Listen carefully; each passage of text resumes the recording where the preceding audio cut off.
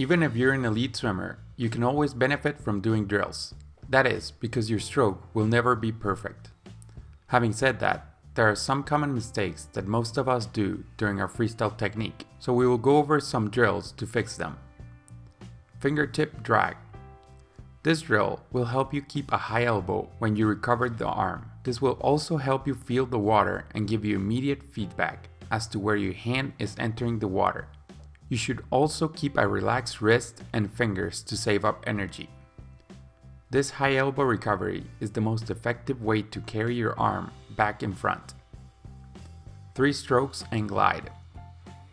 Gliding is an important part of the stroke, especially in distances over 100. Doing 3 strokes and gliding for about 6 kicks will help you improve your gliding position.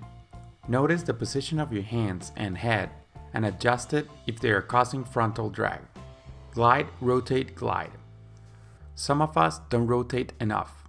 This goes hand in hand with gliding.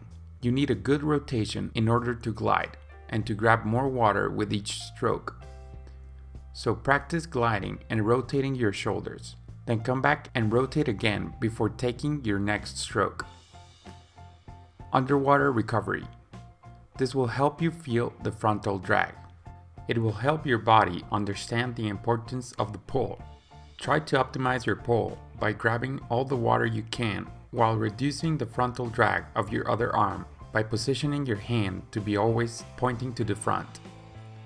Sculling high elbow. To pull water backwards from the beginning of your stroke, you must have a high elbow on the first part of your stroke. So try sculling 3 times and not moving your elbow. Just use your forearm and hands. Then do a normal stroke to change arms. If you want more freestyle advice, check out this playlist here.